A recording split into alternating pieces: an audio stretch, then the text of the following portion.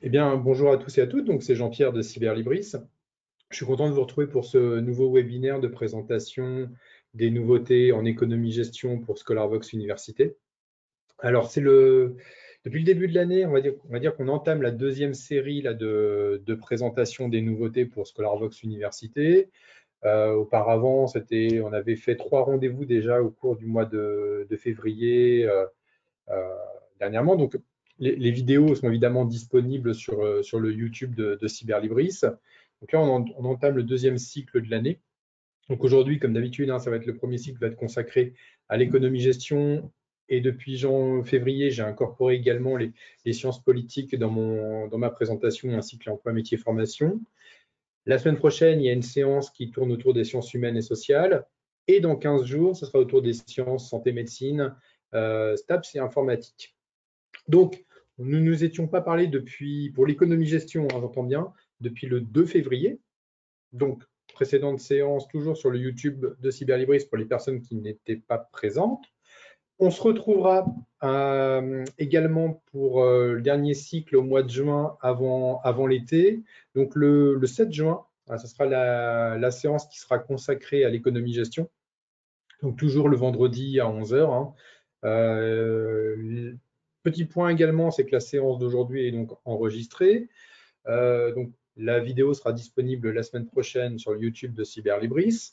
Pour toutes les personnes qui participent aujourd'hui, je vais vous envoyer un petit mail récapitulatif dans la journée, enfin fin de matinée même d'ailleurs, avec tous les points qui auront été évoqués pendant la séance, toutes les sélections, etc., qui ont été présentées, ainsi que le lien pour pouvoir vous inscrire d'ores et déjà à la séance du 7 juin.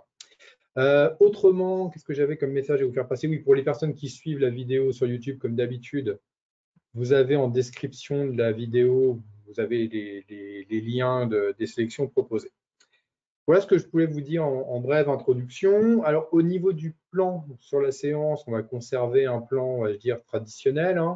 Dans un premier temps, je vais faire des petits focus éditeurs sur des éditeurs qui nous ont fait des mises à jour importantes ces dernières semaines. Donc, il y aura 2 mises à jour éditeurs importantes en économie-gestion et une en sciences politiques. Et puis, par la suite, on va passer au niveau des petites sélections thématiques. Donc, il y aura une sélection thématique en économie, en gestion-finance, en management ressources humaines, en marketing communication, en stratégie d'entreprise. Puis après, on passera sur les 2 autres bouquets, une petite sélection en emploi métier formation et une sélection en sciences politiques. Voilà, on a un programme assez chargé. Donc, comme d'habitude, la séance devrait tourner autour d'une petite demi-heure. Donc voilà, on va pouvoir démarrer. Donc je vais couper ma caméra comme d'habitude pour un souci de bande passante et puis je vais pouvoir commencer la présentation.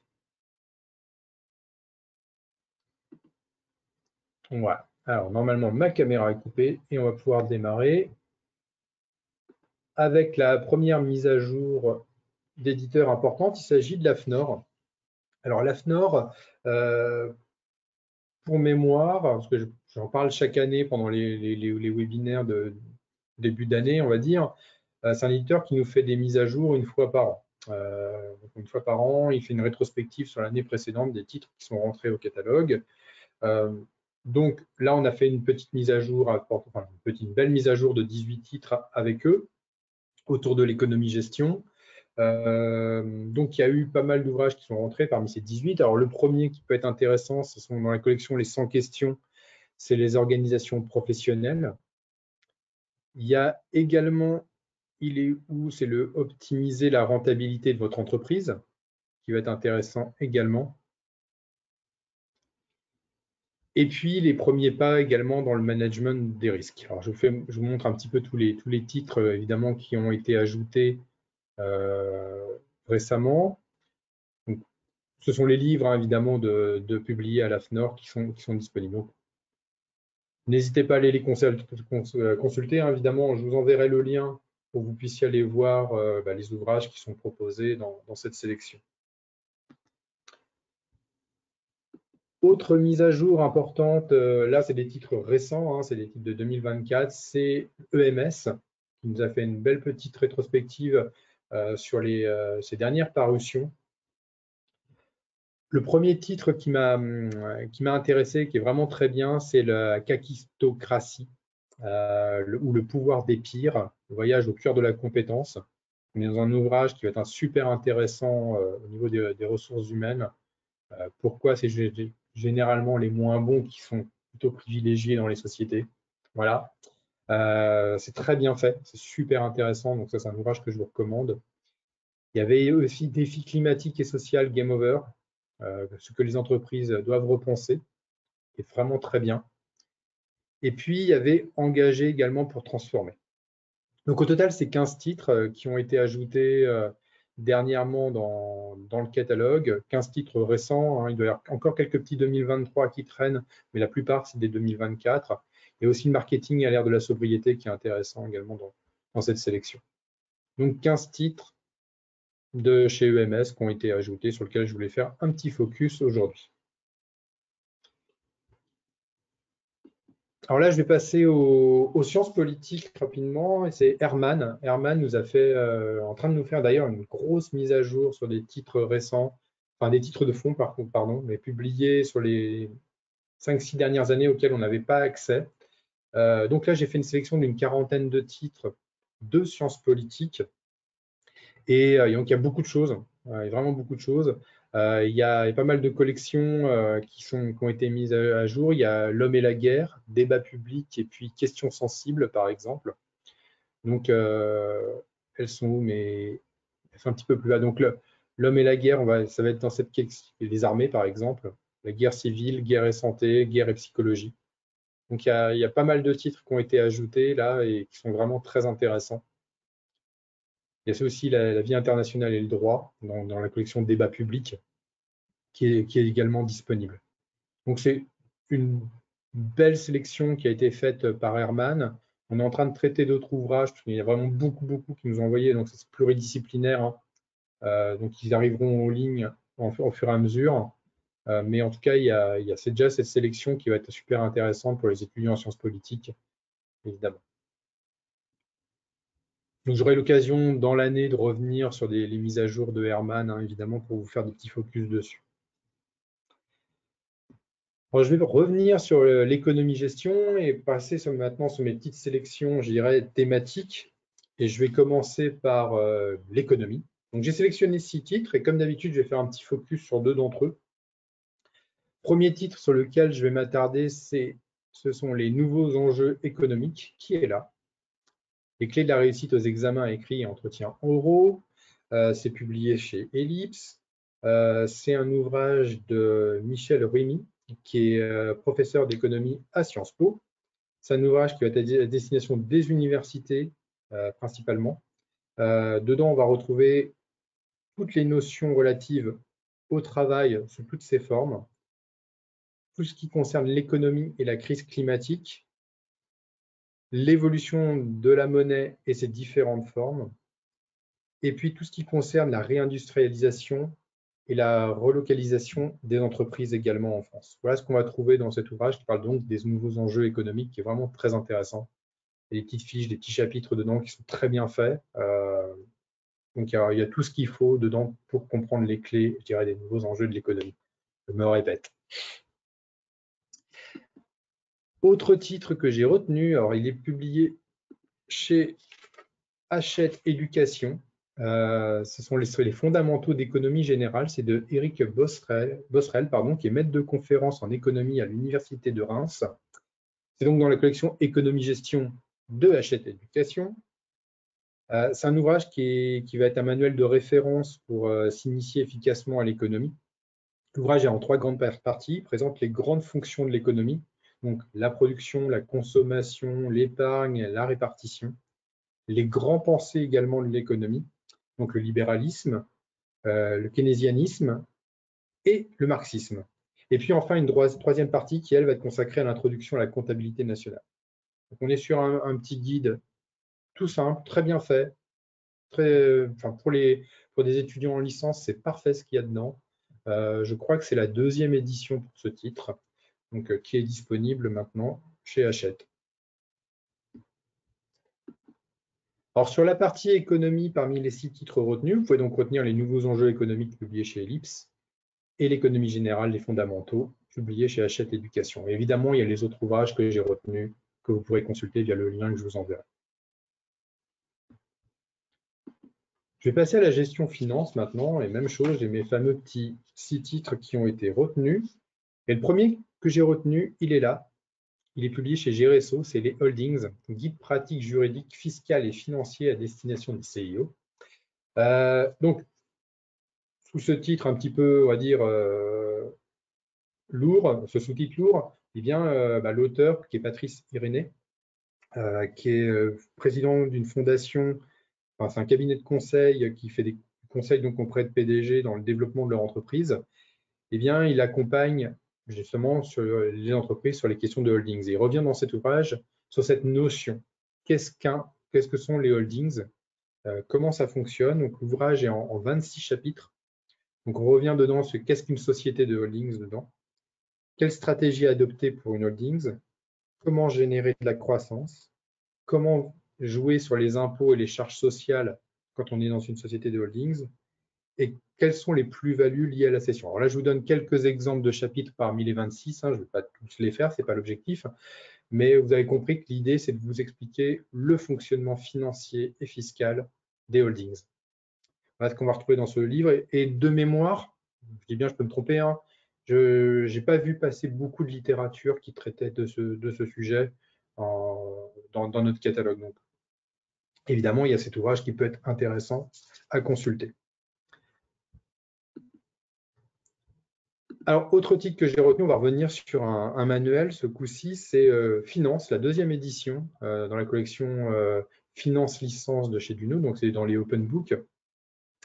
L'ouvrage, alors il y a plusieurs auteurs qui ont travaillé dessus. Il y a tout d'abord Étienne Arbe, qui est professeur de finance à l'Université de la Sagesse de Beyrouth. Il y a Irina Veizeko, qui est maîtresse de conférence en finance au CNAM de Paris.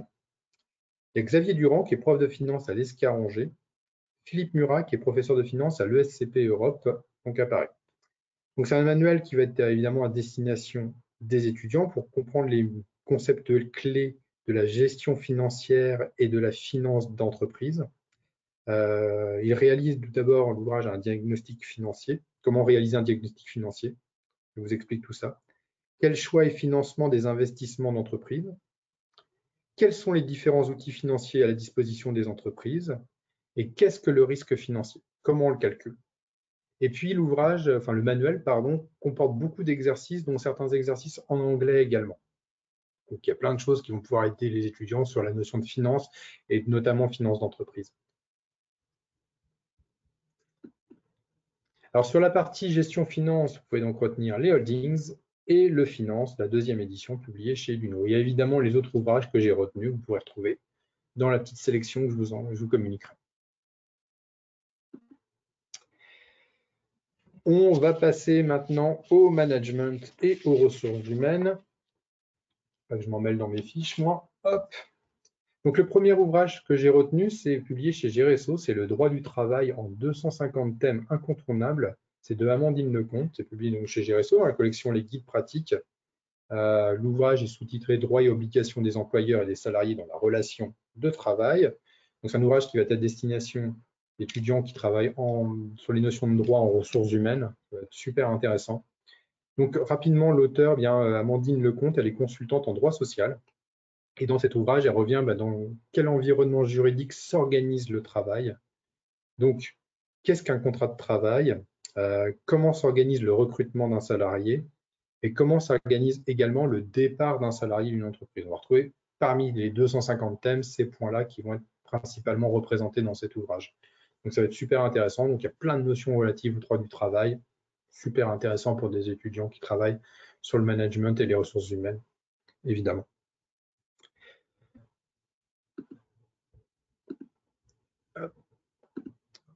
Alors, autre ouvrage que j'ai retenu, il est là, je l'ai trouvé super intéressant. C'est Les jeunes des travailleurs comme les autres. C'est publié aux Presses des Mines. C'est de Suzy Kenny-Wenck. Donc, Suzy Kenny-Wenck, elle est enseignante à l'Université catholique de l'Ouest. Elle est professeure de management et des sciences de l'information.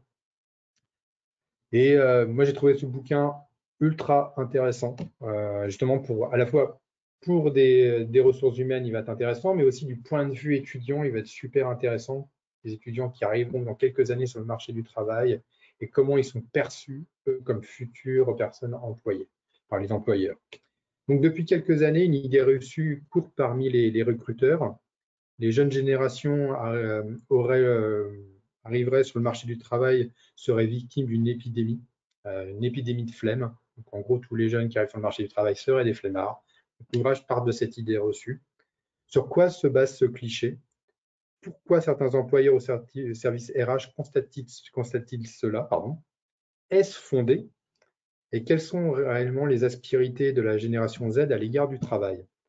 Donc, cet ouvrage va donner des clés justement pour comprendre comment se passe le recrutement des jeunes générations aujourd'hui dans les entreprises. Et puis aussi, d'un point de vue employeur, comment attirer et fidéliser des jeunes en milieu professionnel. C'est super intéressant. Il y a plein de trucs intéressants dedans dans cet ouvrage. Moi, ça m'a bien plu. Donc, un ouvrage que je vous recommande évidemment aujourd'hui. Donc, pour la partie management RH, vous pouvez donc retenir le droit du travail en 250 thèmes incontournables. Et puis, publié aux presses des mines, les jeunes, des travailleurs comme les autres. Voilà, c'est mon petit coup de cœur, on va dire, d'aujourd'hui. On va passer au marketing communication maintenant. Alors, j'ai ajouté un peu de titres relatifs à la vente également, mais on va s'attarder davantage sur le marketing et communication. Et le premier ouvrage sur lequel je vais m'attarder, c'est le marketing digital de @AZ, stratégie et outils pour mieux interagir avec vos audiences. C'est publié chez Erol. Donc, il y a deux auteurs qui ont travaillé sur cet ouvrage. Il y a tout d'abord Yann Gourvenec, qui est le PDG de Visionary Marketing, et puis Hubert Kratirov, qui lui est professeur de marketing à l'EM Paris et à l'EM Montréal.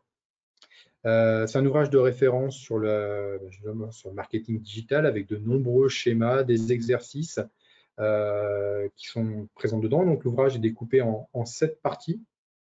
On retrouve tout d'abord qu'est-ce que le marketing digital tout d'abord, la base, les défis du marketing digital, quel sera le marketing digital de demain, comment on définit une stratégie digitale, et puis comment on positionne sa marque sur le net et comment on crée, on influence des communautés d'utilisateurs. Voilà ce qu'on va retrouver dans cet ouvrage.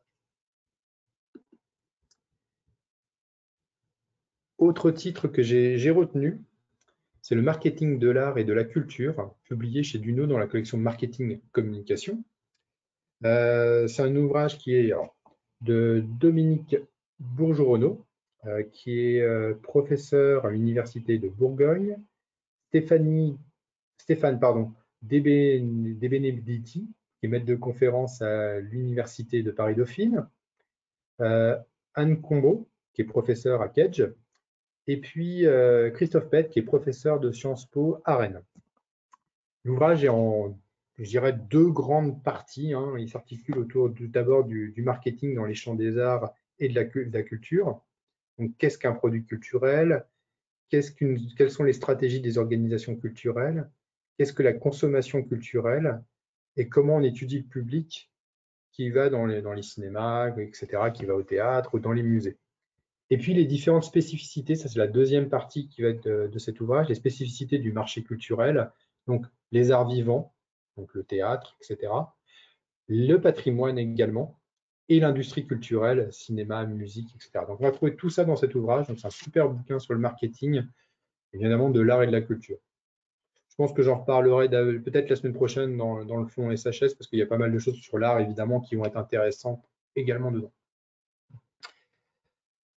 Alors, sur la partie marketing communication, on peut donc retenir le marketing digital de @AZ, publié chez Erol, et le marketing de l'art et de la culture, publié chez Duno. Alors, je vais passer sur la stratégie d'entreprise maintenant.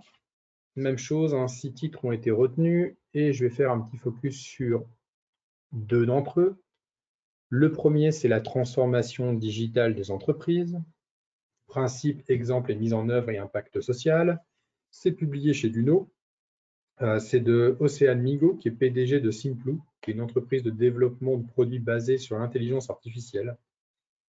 Donc, L'auteur revient d'abord sur ce constat de l'arrivée de l'intelligence artificielle qui bouleverse certaines entreprises, des entreprises elles-mêmes qui n'ont pas encore achevé complètement leur transformation digitale.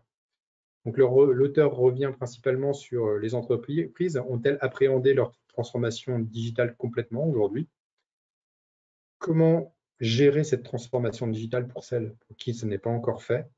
Et puis dans l'ouvrage, on va retrouver des cas pratiques secteur par secteur autour de la transformation digitale des entreprises. Donc l'industrie, la banque, les services et le secteur public. Alors, autre titre que j'ai retenu, qui aurait pu correspondre également à pour des étudiants en informatique, mais ça m'était intéressant de le mettre dans la stratégie d'entreprise également, c'est les outils de la conformité RGPD et du DPO. S'organiser pour protéger les données personnelles de l'entreprise, c'est de Fabrice Matatia. Donc, c'est publié chez Erol. Donc, Fabrice Matatia, lui, il est délégué à la protection des données au ministère de l'Intérieur. Et dans cet ouvrage, il revient justement d'un point de vue d'entreprise, comment les entreprises peuvent-elles s'organiser pour être conformes au RGPD et protéger leurs propres données.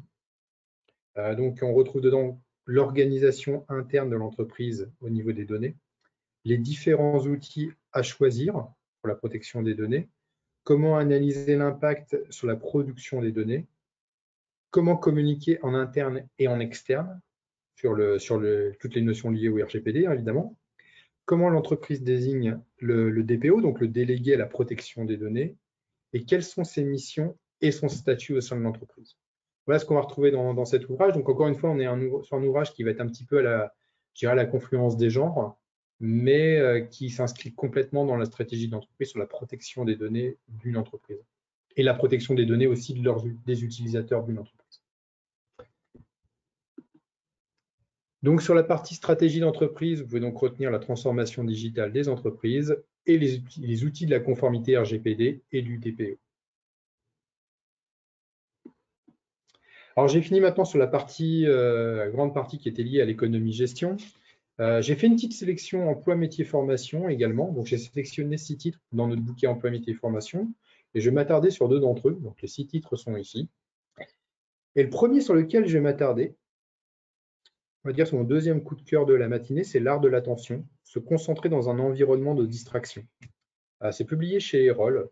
Ce bouquin est vraiment très intéressant, surtout pour des gens distraits comme moi d'ailleurs, qui ont tendance à s'éparpiller un petit peu, pas rester focus, comme on dit. Donc, dans cet ouvrage, eh bien, tout d'abord, il a été écrit par Didier Noyer, qui est expert en management et développement des ressources humaines. Claire Lozol, qui est responsable de management également. Et puis, un profil plus intéressant pour le troisième auteur, c'est Régis Rossi, qui est conférencier et illusionniste. Et l'ouvrage part d'un constat, c'est plutôt penser qu'on manque de temps pour accomplir des tâches, c'est justement comment réorganiser son attention et l'améliorer. Donc, les auteurs reviennent sur la notion d'attention, comment elle fonctionne, d'où la présence d'un illusionniste dans le livre. Quel est l'impact des écrans sur l'attention? Comment éviter de se disperser? Comment se concentrer? Et comment créer des habitudes au niveau de son travail? Donc, cet ouvrage est vraiment très bien fait. Je dis, pour des gens distraits, c'est parfait. Enfin, sans être distrait, hein, parce qu'on est tous sollicités à droite et à gauche. Donc, il y a pas mal de petits trucs et astuces dans cet ouvrage qui vont pouvoir vous aiguiller pour rester concentré. Alors, autre titre que j'ai retenu, hein, c'est Le TOEIC, Made Simple. C'est publié chez Ellipse, c'est de Marie-Virginie Speller. Alors, Marie-Virginie Speller, elle est à la fois prof de maths en classe préparatoire, si je ne dis pas de bêtises, mais elle est également préparatrice en divers concours. Elle accompagne des gens à la préparation de concours. Donc là, on parle du TOEIC, hein, évidemment. Donc c'est un ouvrage qui propose une présentation détaillée du TOEIC et de ses différentes épreuves. Donc dedans, on retrouve un rappel de la grammaire anglaise, les différents exercices d'application, la compréhension de texte, du vocabulaire et des tests blancs avec corrigé. Donc voilà, il y a tout ce qu'il faut dedans pour préparer au mieux son TOEIC. Il n'y a plus qu'à maintenant.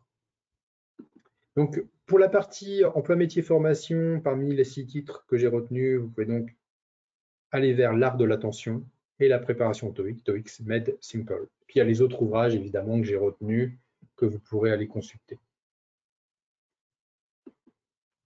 Et pour terminer, je vais finir sur les sciences politiques. J'ai fait une petite sélection de 6 titres également, en plus des ouvrages de chez Herman de tout à l'heure, hein, mais une petite sélection de 6 titres qui est présente là. Et je vais m'attarder sur l'introduction à la science politique, tout d'abord, publié chez Armand Collin. C'est la 2e édition de cet ouvrage. Alors, on travaillait sur cet ouvrage avec Xavier Crétiez, Jacques de Maillard et Patrick Hasenteufel, qui sont tous les 3 professeurs de sciences politiques à l'Université de Versailles Saint-Quentin. Donc, c'est un manuel constituant une excellente bonne entrée dans la discipline des sciences politiques. Les auteurs expliquent l'organisation de l'État, le fonctionnement des élections, de l'action publique, des différentes idéologies et de l'action collective. L'ouvrage est découpé en 8 chapitres au total. Donc voilà, on est sur un ouvrage, je démarre dans les Sciences Po, je suis un premier étudiant qui arrive en Sciences Po, et ben voilà, vous avez un petit manuel clé en main qui vous explique tout dedans. Autre titre que j'ai retenu, ce coup-ci c'est chez Ellipse, c'est les relations internationales en 50 fiches. L'ouvrage a été fait sous la direction de Gilles Jaillot, qui est enseignant à la faculté de droit de l'Université de Lyon 3. C'est un ouvrage qui est construit en 5 parties, proposant chacune plusieurs fiches pour comprendre les grands enjeux internationaux actuels. Donc, qu'est-ce qu'on trouve dedans? Eh bien, une grande partie qui va être consacrée à la fabrique de la paix. 13 chapitres autour de la paix internationale, avec différents conflits aujourd'hui qui sont présentés. Les différents types également de coopération internationale. Il y a 11 fiches autour des coopérations internationales. La place de la France dans le monde. Donc la France au défi du monde, il y a une dizaine de fiches présentées. Le phénomène migratoire également. 6 fiches sont présentées dedans. Et puis les points sensibles d'aujourd'hui et de demain. Donc il y a une dizaine de fiches dedans. Donc tout ce qui concerne les relations internationales est présent dans cet ouvrage. Il y a tout dedans. Ça se lit super bien. C'est que des petites fiches, hein, évidemment. Donc n'hésitez pas à les consulter. Pareil pour des étudiants en sciences politiques. J'imagine qu'il va y avoir pas mal de choses intéressantes dedans. Voilà, je vais faire un petit récap sur Sciences Po. Donc, vous pouvez donc retenir parmi les 6 titres, hein, l'introduction à la science politique de chez Armand Collin, et puis les relations internationales en 50 fiches. Et évidemment, il y a les autres ouvrages que j'ai retenus. Vous pourrez aller consulter dans ma sélection. Voilà, j'ai terminé. Je vous remercie beaucoup de votre attention. J'espère que ça vous a plu. Il y avait beaucoup de choses à dire aujourd'hui. Comme je vous l'ai dit, hein, je vais vous envoyer un petit mail récapitulatif en fin de matinée pour vous donner les liens vers toutes les sélections qui ont été présentées aujourd'hui. Pour les personnes qui suivent la présentation sur YouTube, c'est en description de la vidéo, vous allez retrouver tous les liens. Prochain rendez-vous le 7 juin pour la partie économie-gestion de ScholarVox Université. Le lien sera dans le mail récap et en description de la vidéo.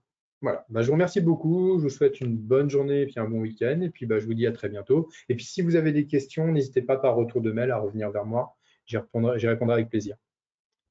Merci beaucoup, au revoir.